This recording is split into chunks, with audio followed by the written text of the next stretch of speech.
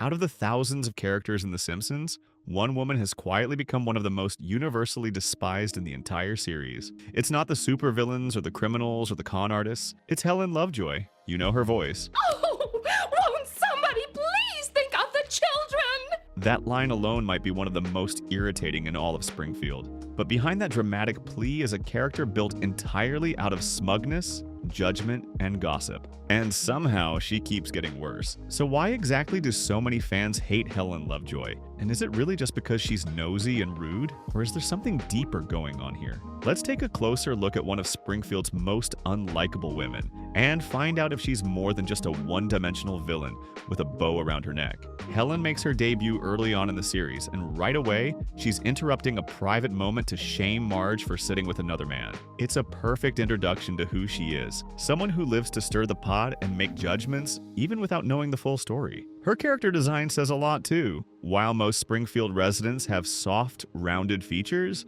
Helen stands out with sharp angles and a long, narrow face. She doesn't have the approachable look you see on most characters, and that contrast is clearly intentional. Even her clothing choices reinforce this image. She's always tightly dressed, buttoned up, with a neat little bow tied around her neck. A visual cue that she's conservative, uptight, and obsessed with appearances. She's the opposite of Marge, who wears a strapless dress and seems far more relaxed and accepting. This visual clash perfectly mirrors their personalities. By the second season, Helen evolves from a judgmental neighbor to a full-on morality enforcer. She joins a protest against cartoon violence, siding with Marge at first, but it doesn't take long for her to turn the outrage into something even more extreme, shifting from one moral crusade to the next. She even tries to get a famous statue removed from town, not because it's actually dangerous, but because it shows the human body. It's one of the earliest signs that Helen's real motive isn't protecting anyone, it's attention. This becomes a pattern throughout the series. She joins causes not because she believes in them, but because they give her a chance to be outraged. And she does it all while hiding behind a thin layer of fake concern.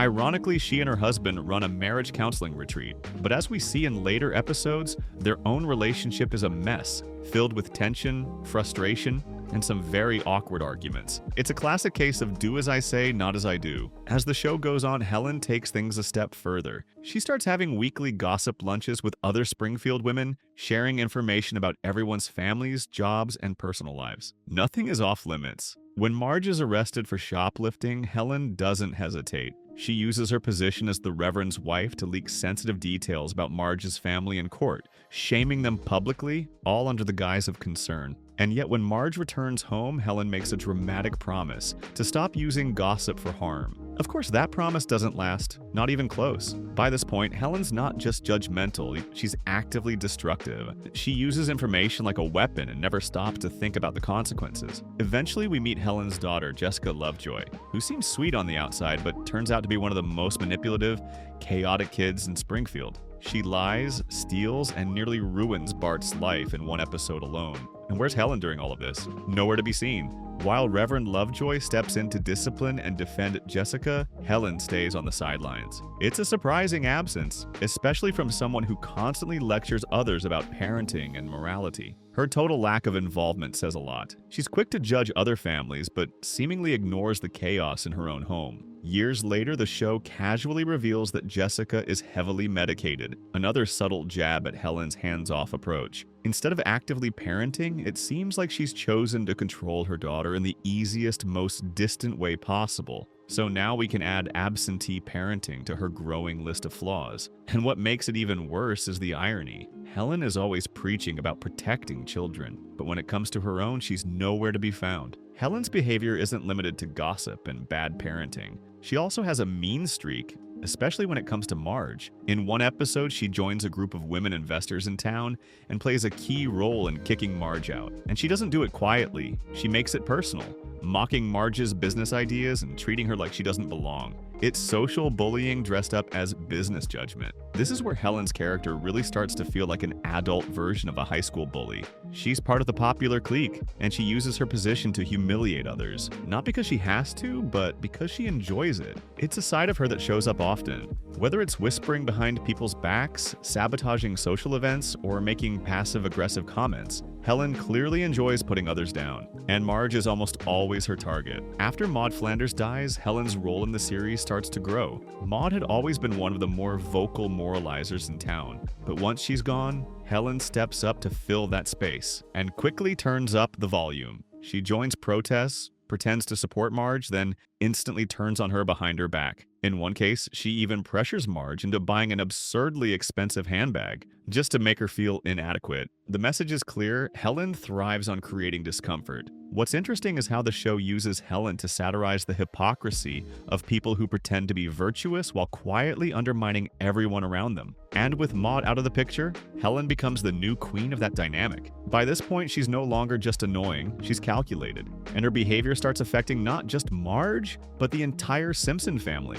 At first, Helen's passive-aggressive attacks were mostly aimed at Marge, but as the series evolves, she starts setting her sights on Bart and Lisa too. In one episode, she causes tension between the two siblings, then proudly rewards herself for the chaos she's created. It's a turning point that reveals just how deep her pettiness runs. She's not even pretending to care about the children anymore, she's just enjoying the drama. She's the type of person who stirs things up, watches it all unfold, and then treats herself like she's earned a prize. And somehow, she always manages to avoid consequences. That shift from being a nosy neighbor to an open antagonist is part of why fans started to really dislike her. Helen stopped being just a judgmental voice in the background. She became someone who actively caused pain for her own entertainment. Later in the series, Helen's bitterness becomes even more obvious. Marge tries to include her, invites her over, even makes peace offerings, and every single time Helen responds with more cruelty. She criticizes Marge's lemonade, trashes her home decor,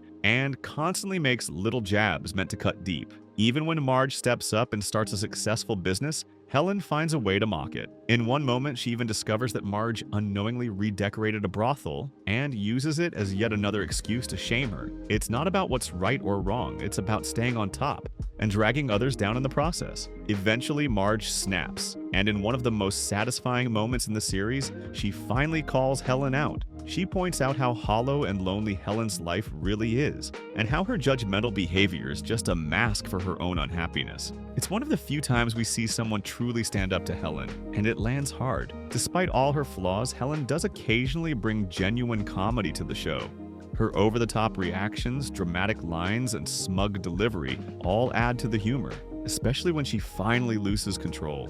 One of the most memorable examples happens in a recent episode, when Helen mistakenly believes the world is ending. In a total panic, she runs outside, punches her own neighbor, kisses a random barfly, and smashes her husband's beloved train set. It's chaotic. It's ridiculous. And for once, Helen isn't in control. She's just a mess of emotion, insecurity, and impulse. And it's hilarious to watch. Moments like this remind us that Helen is still a comedy character. She's written to be overbearing and frustrating, because that's what makes her funny. Even if she's never likable, she is at times entertaining. So, with all of this in mind, why does Helen Lovejoy seem to bother people more than characters who are objectively worse? The answer might be that Helen feels real. Unlike Mr. Burns or Sideshow Bob, she isn't cartoonishly evil. She's someone we've all met in real life. The judgmental neighbor, the parent who thinks they know best, the person who's always whispering about others while pretending to be pure. There's nothing redeeming about her. No backstory that explains her behavior, no secret softness. She's just Helen. And that realism makes her more frustrating than any of Springfield's wild villains. She's a mirror for the kind of small, petty cruelty that exists in everyday life. And when you watch The Simpsons to escape all that, Helen feels like a reminder of the exact thing you're trying to get away from. So, does Helen Lovejoy really deserve all the hate? Maybe. But she also serves an important role in the show. She represents the kind of person who hides behind good intentions to spread judgment, division, and shame. And whether we love to hate her, or just hate her outright, she's become an iconic part of The Simpsons for exactly that reason. But what do you think? Is Helen the worst character in Springfield? Or is she just the most relatable villain? Drop your thoughts in the comments below. Hit like if this breakdown made you reconsider her role, and don't forget to subscribe for more deep dives into the weirdest corners of pop culture.